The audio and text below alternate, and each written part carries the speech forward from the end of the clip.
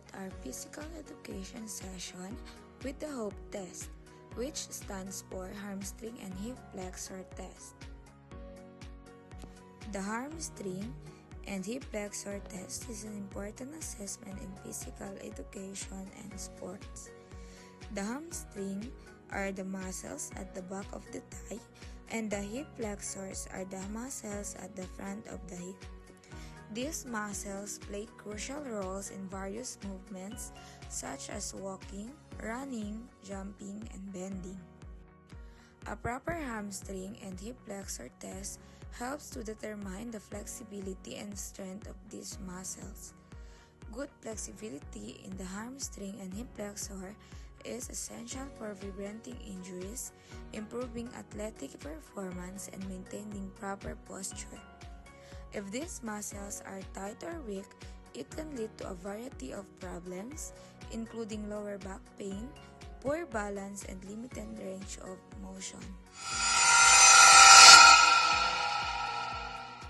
How to do the hamstring test? First, lie on your back on a mat or flat surface. Second, keep one leg flat on the floor, fully extended. Third, slowly lift the other leg straight up, keeping it as straight as possible. Use your hands to gently assist if needed, but try not to force the movement. Fourth, measure the angle between the lifted leg and the floor. A normal range of motion for the hamstring is typically around 80 to 90 degrees.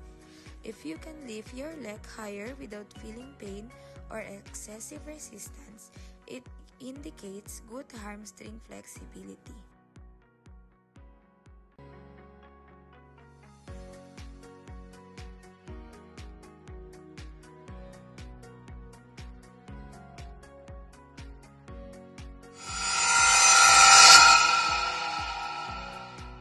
Hip flexor test. First, start on your hands and knees on the mat.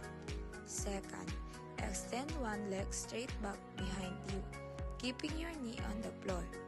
Third, slowly lower your hips towards the floor, feeling a stretch in the front of the hip of extended leg. Fourth, try to keep your back straight and your core engaged. Hold the position for a few seconds and feel the stretch.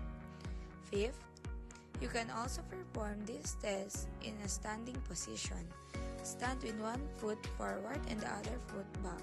Slowly lower your hips towards the floor, keeping your front knee over your ankle and your back leg straight.